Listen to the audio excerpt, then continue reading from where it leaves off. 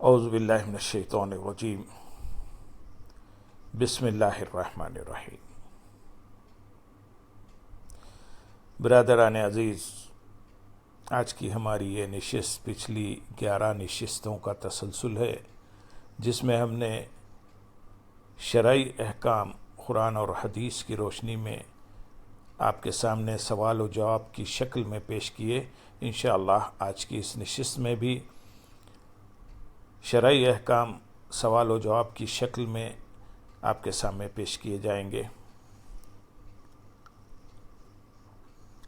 آج کی اس نشست کا پہلا سوال ہے، اسلام کا تصور دعوت و تبلیغ کیا ہے؟ جواب: اسلام میں دعوت و تبلیغ فرض عین کا درجہ رکھتی ہے۔ اللہ تعالیٰ نے امت مسلمہ کے لیے لوگوں کو نیکی کی دعوت دینا اور برائی سے روکنا فرض قرار دیا ہے۔ قرآن حکیم سورۃ آل عمران آیت نمبر 110 میں ارشاد باری تعالیٰ ہے، تم بہترین امت ہو جو سب لوگوں کی رہنمائی کے لیے ظاہر کی گئی ہے۔ تم بھلائی کا حکم دیتے ہو اور برائی سے منع کرتے ہو اور اللہ پر ایمان رکھتے ہو۔ حضور نبی اکرم صلی اللہ علیہ وسلم کی پوری زندگی تبلیغ اور دعوت اسلام میں گزری۔ قرآن حکیم نے حضور نبی اکرم صلی اللہ علیہ وسلم کو تبلیغ کے عملی مراحل اور اصول سکھاتے ہوئے قرآن حکیم سورۃ النحل آیت نمبر 125 میں ارشاد فرمایا، اے رسول معظم، آپ اپنے رب کی راہ کی طرف حکمت اور عمدہ نصیحت کے ساتھ بلائیے اور ان سے بحث بھی ایسے انداز میں کیجیے جو نہایت حسین ہو۔ سوال: کیا کسی کو زبردستی اسلام میں داخل کرنا جائز ہے؟ جواب: دین اسلام میں کسی قسم کے جبر، سختی اور تنگی کا کوئی تصور نہیں، کیونکہ ہر شخص کو شعور کی دولت سے نواز کر یہ اختیار دے دیا گیا ہے کہ وہ اپنے نفع و نقصان کو سمجھتے ہوئے اپنی مرضی کا راستہ اختیار کرے۔ قرآن حکیم میں ارشاد ہوتا ہے سورۃ البقرہ آیت نمبر 256 میں، دین میں کوئی زبردستی نہیں، بے شک ہدایت گمراہی سے واضح طور پر ممتاز ہو چکی ہے۔ ایک اور مقام پر سورۃ البلد آیت نمبر 10 میں ارشاد باری تعالیٰ ہے، اور ہم نے اسے خیر و شر کے 2 نمایاں راستے بھی دکھا دیے۔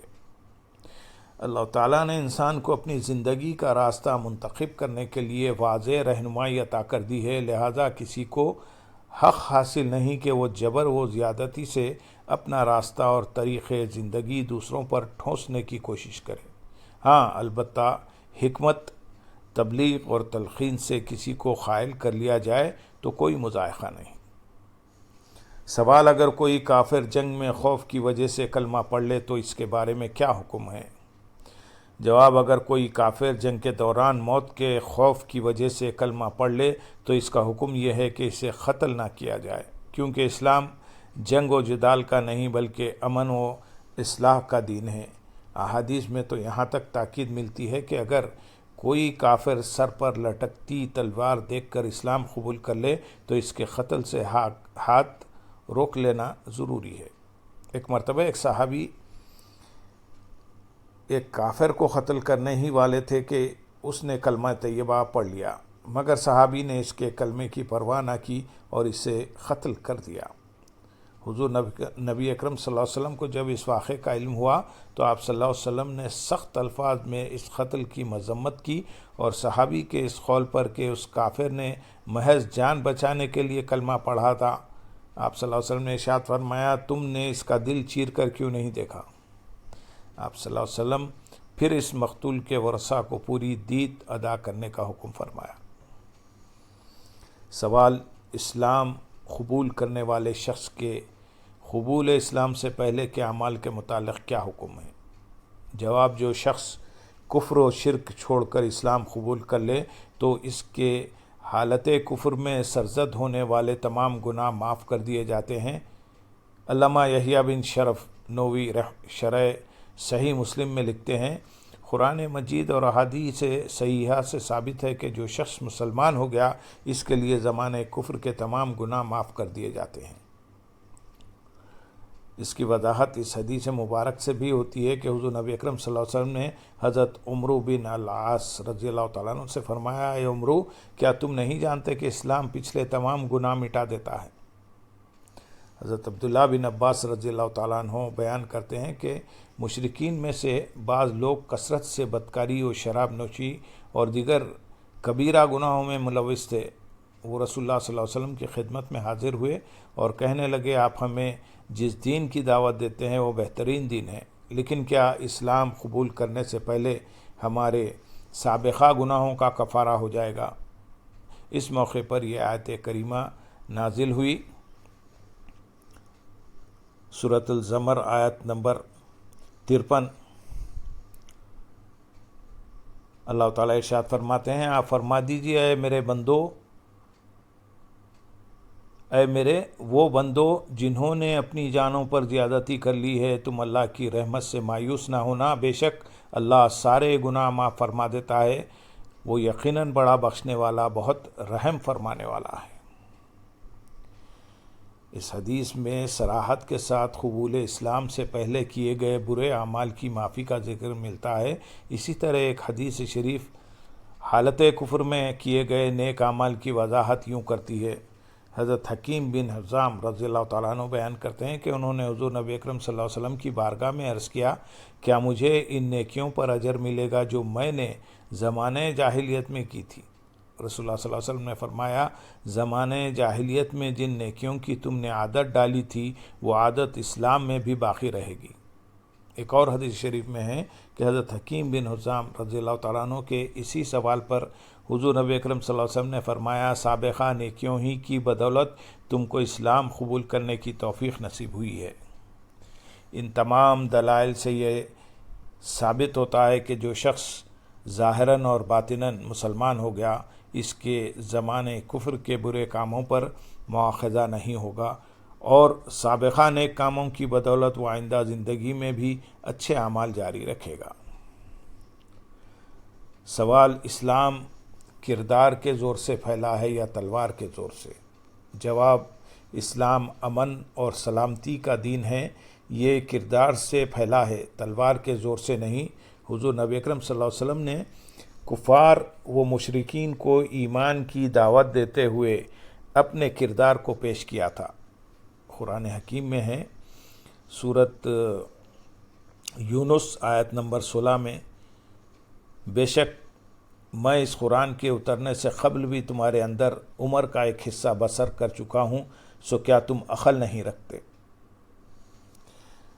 لوگوں میں عمر گزارنا سیرت و کردار کا پتہ دیتا ہے۔ حضور نبی اکرم صلی اللہ علیہ وسلم صادق اور امین جانے جاتے تھے، اور کفار و مشرکین کو حضور نبی اکرم صلی اللہ علیہ وسلم کے حسن اخلاق اور حسن کردار کا اس حد تک اعتراف تھا کہ بت پرستی پر قائم رہنے کے عوض وہ آپ کی ساری باتیں ماننے پر تیار تھے۔ جب وہ اس پر سمجھوتا نہ کرنے کے حوالے سے مکمل طور پر مایوس ہو گئے تو انہوں نے مسلمانوں پر ظلم و ستم کی انتہا کر دی۔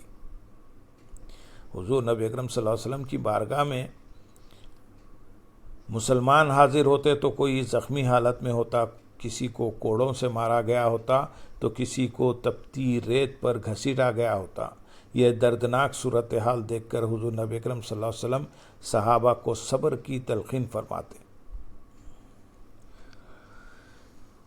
بیعت عقبہ اولیٰ کے موقع پر حضور نبی اکرم صلی اللہ علیہ وسلم نے حضرت مصعب بن عمیر رضی اللہ تعالیٰ عنہ کو مدینہ روانہ فرمایا۔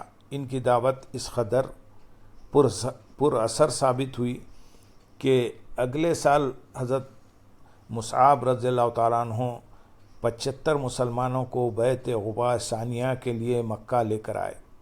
سرکار دو عالم صلی اللہ علیہ وسلم آپ کے ہمراہ 12 انصار صحابہ کو نخبہ مقرر فرما کر مدینہ رخصت کیا، اور جب ہجرت مدینہ ہوئی تو مدینہ کے لوگوں کی غالب اکثریت اس حال میں مسلمان ہو چکی تھی کہ نہ تلوار اٹھائی گئی اور نہ ہی اذن قتال نازل ہوا تھا۔ قرآنی تعلیمات اور حضور نبی اکرم صلی اللہ علیہ وسلم کی 63 سالہ انقلابی جد و جہد سے یہ حقیقت واضح ہو جاتی ہے کہ آپ صلی اللہ علیہ وسلم کی حیات طیبہ میں جتنے بھی معرکے ہوئے ان میں کسی کو زبردستی مسلمان بنانے کی ایک بھی مثال نہیں ملتی، اگرچہ ضرورت کے وقت دفع شر اور فتنہ و فساد کو روکنے کے لیے جنگ میں پہل کی گئی، لیکن زیادہ تر معرکوں کی نوعیت دفاعی رہی۔ تاریخ ہمیں بتاتی ہے کہ جب بھی مخالفین نے سر تسلیم خم کیا یا راہ فرار اختیار کی، صلح کے لیے ہاتھ بڑھایا یا ہتھیار ڈال دیے، تو پھر مسلمانوں نے بھی ان پر ہتھیار نہ اٹھائے۔ اسلام میں جنگ محض برائے جنگ نہیں بلکہ قیام امن کا ذریعہ ہے۔ محمد بن قاسم نے سندھ فتح کیا تو سندھ دارالاسلام بن گیا۔ یہ محض مسلمانوں کے کردار اور ان کے ثقافتی غلبے کا اثر تھا کہ غیر مسلم حلقہ بگوش اسلام ہوتے گئے اور دنیا میں ہر طرف اسلام کا ڈنکا بجنے لگا۔ اللہم صلی علی سیدنا محمد وعلی آلہ سیدنا محمد وبارک وسلم وآخر دعوانا ان الحمد للہ رب العالمین۔